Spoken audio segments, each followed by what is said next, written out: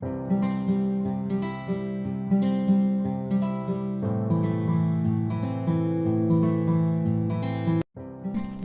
Everyone, welcome back to the Learners Study YouTube channel. जैसा कि आप लोगों को पता होगा, मैं जो हूँ वो अपने चैनल पर मॉडर्न इंडियन हिस्ट्री की सीरीज़ लेकर आई हूँ। तो आज के वीडियो में इस सीरीज़ का एक और टॉपिक आप लोगों को मैं बताने वाली हूँ, जो कि होगा कि किस तरीके से अंग्रेज जो हैं वो उत्तर पश्चिम भारत में भी अब अपने ब्रिटिश साम्राज्य का विस्तार करने लगते हैं। यानी कि अभी तक हम लोगों ने देखा कि अंग्रेज जो है वो किस तरीके से भारत में अपने साम्राज्य का विस्तार कर रहे थे।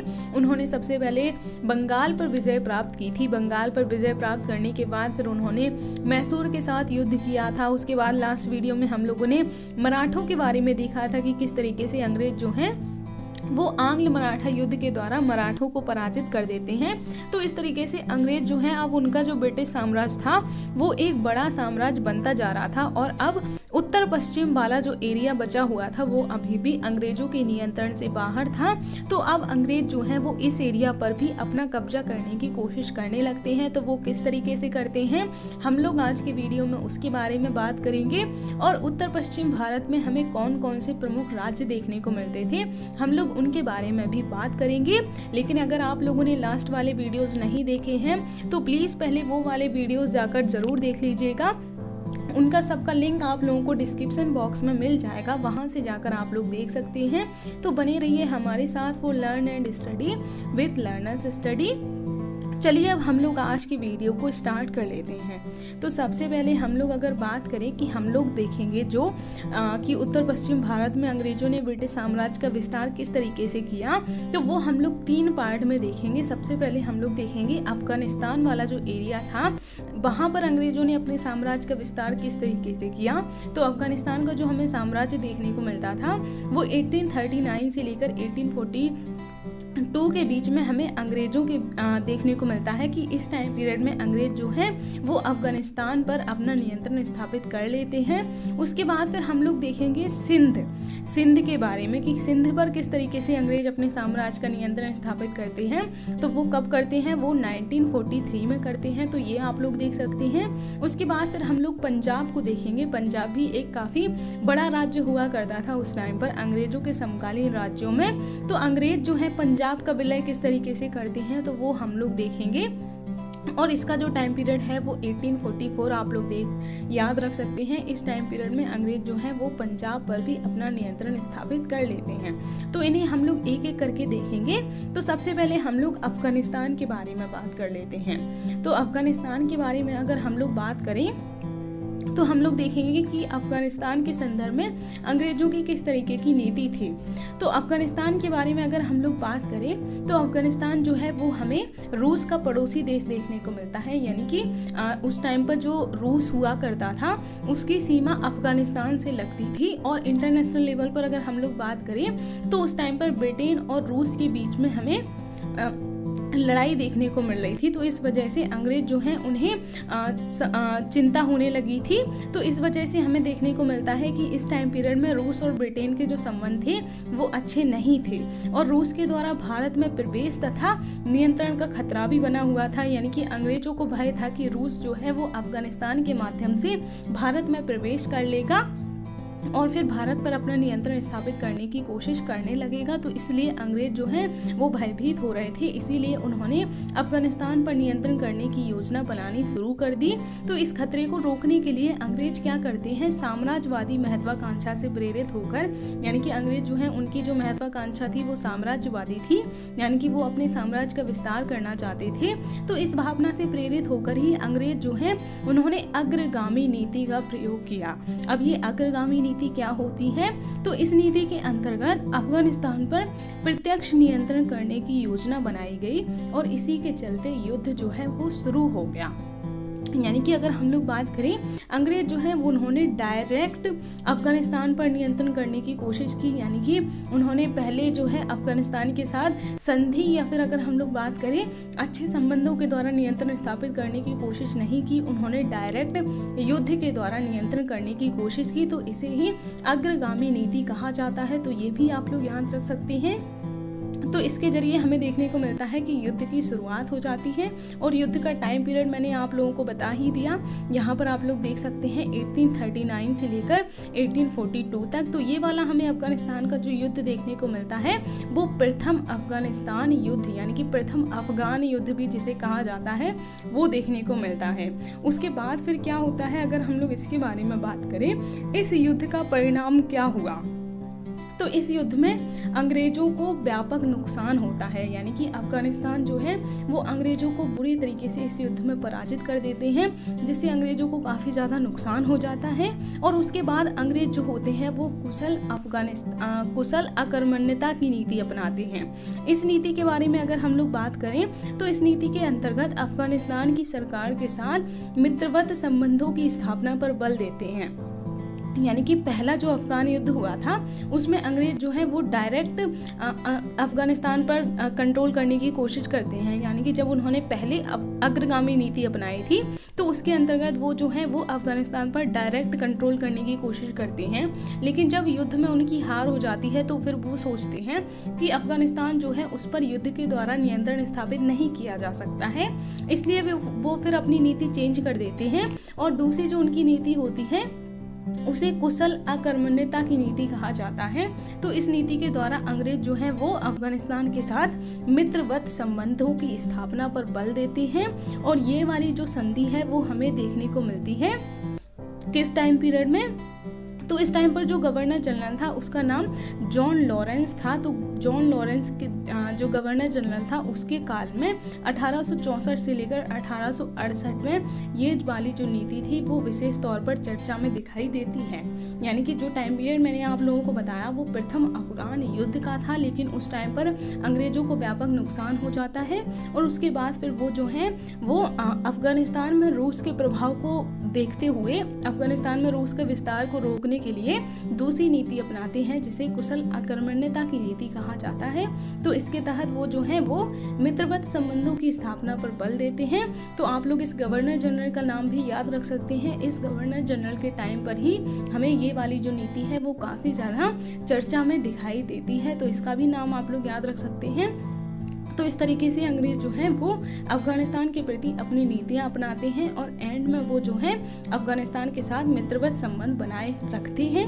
तो ये आप लोग याद रख सकते हैं। अब हम लोग आगे बात कर लेते हैं सिंध के बारे में कि सिंध पर अंग्रेज किस तरीके से अपना नियंत्रण स्थापित करते हैं। तो सिंध के बारे में अगर हम लोग बात करें कि तीसरा जो मैंने आप लोगों को मराठा युद्ध करवाया था उसके पश्चात हमें देखने को मिलता है कि अंग्रेज जो थे उनके साम्राज्य की सीमा अब सिंध को छूने लगी थी, क्योंकि सिंध जो है वो हमें मराठाओं के पड़ोसी राज्य ही देखने को मिलता था और अंग्रेजों ने मराठाओं पर अपना नियंत्रण स्थापित कर लिया था उनको पराजित करके तृतीय मराठा युद्ध में।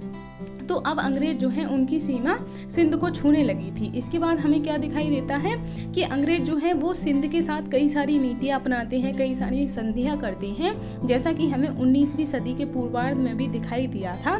जैसे कि उन्होंने सिंध के साथ कौन कौन सी नीतियां अपनाई थी, कौन कौन सी संधियां की थी। तो इन्होंने 1809 में शाश्वत मित्रता की संधि की थी। उसके बाद 1838 में सहायक संधि पर भी हस्ताक्षर करवा लिया था सिंध से। तो ये हमें यहाँ पर दिखाई देता है। उसके बाद फिर हम लोग अगर बात करें प्रथम जो अफगान युद्ध हुआ था उसमें भी सिंध ने अंग्रेजों का साथ दिया था, तो ये भी हमें दिखाई देता है। तो ये भी आप लोग याद रख सकते हैं। तो यहाँ पर अगर हम लोग बात करें कि जो सिंध था वो अंग्रेजों का पूरा समर्थन करता है, लेकिन उसके बाद भी अंग्रेज जो हैं वो 1843 में सिंध का अपने साम्राज्य में विलय कर लेते हैं। तो ये यहाँ पर हमें दिखाई देता है। तो अब यहाँ पर सबसे इम्पोर्टेंट क्वेश्चन जो बनता है वो ये बनता है कि आखिर अंग्रेजों ने सिंध का विलय क्यों किया था, जब सिंध जो है वो अंग्रेजों का इतना सपोर्ट कर रहा था और उनके बीच में काफ़ी सारी संधियां भी हो चुकी थी। जैसे कि अंग्रेज अगर हम लोग बात करें उन्होंने शाश्वत मित्रता की संधि अपनाई थी, इसके अलावा उन्होंने सहायक संधि पर भी हस्ताक्षर करवा लिया था सिंध से। तो सिंध जो है वो इनडायरेक्टली सहायक संधि के द्वारा अंग्रेजों के नियंत्रण में ही था। फिर आखिर अंग्रेजों को सिंध पर डायरेक्ट नियंत्रण करने की जरूरत क्या पड़ गई, उन्होंने सिंध का अपने साम्राज्य में विलय क्यों कर लिया। तो अब हम लोग देख लेते हैं कि सिंध का विलय क्यों किया गया। तो इसके बारे में अगर हम लोग बात करें तो यहाँ पर हम लोग देख सकते हैं कि अफगानिस्तान युद्ध के पश्चात अंग्रेजों की जो प्रतिष्ठा की क्षतिपूर्ति करने के लिए उन्होंने सिंध का विलय किया था। यानी कि उसमें हम लोगों ने देखा था कि प्रथम अफगान युद्ध जो हुआ था उसमें अंग्रेजों को व्यापक नुकसान हुआ था। तो उस नुकसान की भरपाई करने के लिए भी हमें ये दिखाई देता है कि अंग्रेज जो हैं वो जो सिंध है उसका विलय कर लेते हैं, जिससे कि उनके प्रतिष्ठा की जो हानि हुई थी उसकी क्षतिपूर्ति की जा सके। तो ये भी आप लोग यहाँ पर देख सकते हैं। उसके बाद हमें देखने को मिलता है कि पुनः अफगानिस्तान और रूस के साथ युद्ध की संभावना भी बनी हुई थी। यानी कि रूस का जो प्रभाव था उसके डर से भी अंग्रेज जो है वो सिंध का विलय कर लेते हैं, जिससे कि बाद में युद्ध के दृष्टिकोण से सिंध जो है वो काफ़ी उपयोगी साबित हो सकता था, क्योंकि अफगानिस्तान का पड़ोसी ही हमें सिंध देखने को मिलता है। तो इस तरीके से अंग्रेज जो है उन्हें ये लग रहा था कि अगर वो सिंध पर अपना नियंत्रण स्थापित कर लेंगे तो अगर अफगानिस्तान और रूस के साथ उनका कोई युद्ध होगा तो सिंध जो है उसके लिए उपयोगी साबित होगा। तो इसलिए भी उन्होंने सिंध का विलय कर लिया था। उसके पश्चात अगर हम लोग बात करें पंजाब पर नियंत्रण के दृष्टिकोण से भी हमें दिखाई देता है कि सिंध जो है वो काफ़ी ज़्यादा उपयोगी देखने को मिलता है, क्योंकि पंजाब जो है वो भी हमें सिंध का पड़ोसी राष्ट्र देखने को मिलता था। तो ये भी आप लोग याद रख सकते हैं। इसलिए भी अंग्रेजों ने सोचा कि अगर हम लोग सिंध पर विजय प्राप्त कर लेंगे तो फिर पंजाब पर भी विजय प्राप्त करना आसान हो जाएगा। तो इसलिए उन्होंने सिंध का विलय किया। इसके अलावा अगर हम लोग बात करें सिंध की जो बॉर्डर था, सिंध की जो समुद्री सीमा थी, उसकी सुरक्षा और व्यापार की दृष्टि से भी काफ़ी महत्व देखने को मिलता था। यानी कि अगर हम लोग बात करें सिंध जो उस टाइम पर हुआ करता था वो पूरा गुजरात, राजस्थान और पाकिस्तान का भी कुछ पार्ट मिलाकर एक बड़ा राज्य हुआ करता था। तो अंग्रेज जो हैं उनके लिए ये व्यापार की दृष्टि से भी काफ़ी महत्वपूर्ण देखने को मिलता था, क्योंकि अरब सागर वाला जो बॉर्डर है, जो हमें प्रेजेंट टाइम में गुजरात का बॉर्डर देखने को मिलता है, तो वो भी उस टाइम पर सिंध का हुआ करता था। तो उस दृष्टिकोण से भी हमें देखने को मिलता है कि अंग्रेजों के लिए ये काफ़ी ज़्यादा महत्वपूर्ण क्षेत्र हुआ करता था। तो इसलिए भी उन्होंने सिंध का विलय कर लिया। इसके अलावा अन्य आर्थिक कारण भी माने जा सकते हैं, जैसे कि सिंध से उन्हें भू राजस्व की प्राप्ति होती थी और बाजार के रूप में भी सिंध की जो उपयोगिता है वो काफ़ी ज़्यादा देखने को मिलती है। तो इन सब कारणों की वजह से ही अंग्रेज जो है वो सिंध का विलय कर लेते हैं। तो आप जो है इन्हें याद रख सकते हैं कि सिंध का विलय क्यों किया गया था, क्योंकि जैसा कि मैंने बताया सिंध जो है उसके साथ अंग्रेजों ने सहायक संधि की नीति भी कर ही ली थी। इसके बाद सिंध जो है वो अंग्रेजों का पूरा सपोर्ट भी कर रहा था। अफगान युद्ध में भी सिंध ने अंग्रेजों का सपोर्ट किया था, लेकिन उसके बाद भी 1843 में अंग्रेज जो है वो सिंध का विलय कर लेते हैं। तो क्यों कर लेते हैं, अगर ऐसा क्वेश्चन आए तो आप लोग इन पॉइंट्स को लिख सकते हैं। तो यहाँ पर आप लोग इन्हें ज़रूर याद रखिएगा। अब आगे हम लोग बात कर लेते हैं पंजाब विजय के बारे में। अंग्रेजों ने पंजाब पर किस तरीके से विजय प्राप्त की। तो पंजाब जो है वो हमें दिखाई देता है कि उसमें काफ़ी ज़्यादा टाइम पीरियड के बाद एक स्थिर सरकार दिखाई देती है, जिसे रणजीत सिंह की सरकार कहा जाता है। यानी कि हमें दिखाई देता है कि पंजाब में बहुत समय तक राजनीतिक अस्थिरता बनी हुई थी और उसके पश्चात हमें दिखाई देता है कि 1792 से 1839 तक रणजीत सिंह जो है वो पंजाब पर अपना शासन स्थापित कर लेते हैं। उसके बाद हमें उनके राज्य में एक स्थिरता दिखाई देती है। तो रणजीत सिंह जो है अगर हम लोग बात करें उनके टाइम में जो पंजाब हुआ करता था वो एक मजबूत और स्थिर राज्य हुआ करता था। और रणजीत सिंह के टाइम पीरियड में वो जो पंजाब हुआ करता था उसका जो विस्तार है वो कई बड़े एरिया में कर लेते हैं, जैसे कि प्रेजेंट टाइम का जो पाकिस्तान है उसका एक बड़ा भूभाग और कश्मीर जो है उसका भी हमें कुछ एरिया देखने को मिलता था। हिमाचल प्रदेश और पंजाब, ये वाला जो पूरा एरिया हुआ करता था, इन सब एरिया को मिलाकर वो जो है वो पंजाब राज्य का एक पंजाब जैसे एक बड़े राज्य का विस्तार कर लेते हैं। तो ये भी आप लोग याद रख सकते हैं। ये सब कुल रणजीत सिंह के टाइम पर ही हुआ था। रणजीत सिंह के टाइम से पहले पंजाब जो हुआ करता था वो एक बहुत ही छोटा और अस्थिर राज्य हुआ करता था, लेकिन जब से रणजीत सिंह आते हैं तो वो पंजाब जो है उसको एक मजबूत और स्थिर राज्य बना देते हैं। रणजीत सिंह का जो टाइम पीरियड था वो हमें दिखाई देता है क्योंकि 2 कारणों से काफ़ी चर्चा का विषय रहा था। और वो 2 कारण कौन कौन से थे, अगर हम लोग उनके बारे में बात करें तो रणजीत सिंह ने आधुनिक सेना का गठन किया था। इनकी सेना में हमें ऐसा दिखाई देता है कि यूरोप के नागरिक भी कार्य करते थे। और इसके अलावा इन्होंने लाहौर और अमृतसर में तोप बनाने का कारखाना भी लगाया था। तो ये आप लोग सही कर लीजिएगा, ये टॉप नहीं तोप है, तोप बनाने का इन्होंने कारखाना भी लगाया था लाहौर और अमृतसर में। तो ये आप लोग याद रख सकते हैं, इस वजह से इनका टाइम पीरियड काफ़ी ज़्यादा फेमस माना जाता है। इसके अलावा अगर हम लोग बात करें, इन्होंने अंग्रेजों के प्रति जो नीति अपनाई थी उसकी वजह से भी इनका टाइम पीरियड काफ़ी चर्चा का विषय माना जाता है। जैसे कि इन्होंने क्या किया था, तो इन्होंने युद्ध के स्थान पर कूटनीति को महत्व दिया था और इन्होंने 1809 में शाश्वत मित्रता की संधि के द्वारा सतलज नदी को दोनों की सीमा बना दिया था।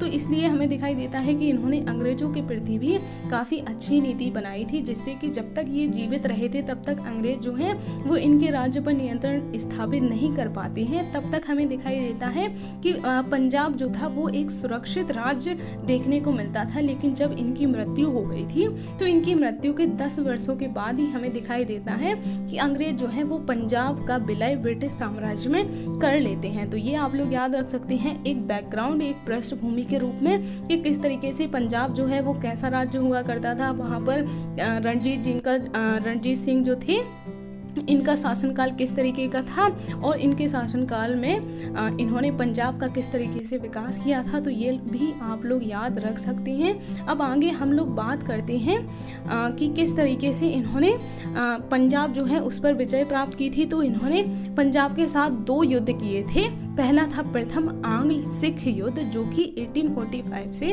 1846 तक हुआ था और दूसरा जो आंग्ल सिख युद्ध हुआ था वो 1848 से लेकर 1849 के बीच में हुआ था। तो इन 2 युद्धों के द्वारा अंग्रेज जो हैं वो पंजाब पर पूरे तरीके से नियंत्रण स्थापित कर लेते हैं।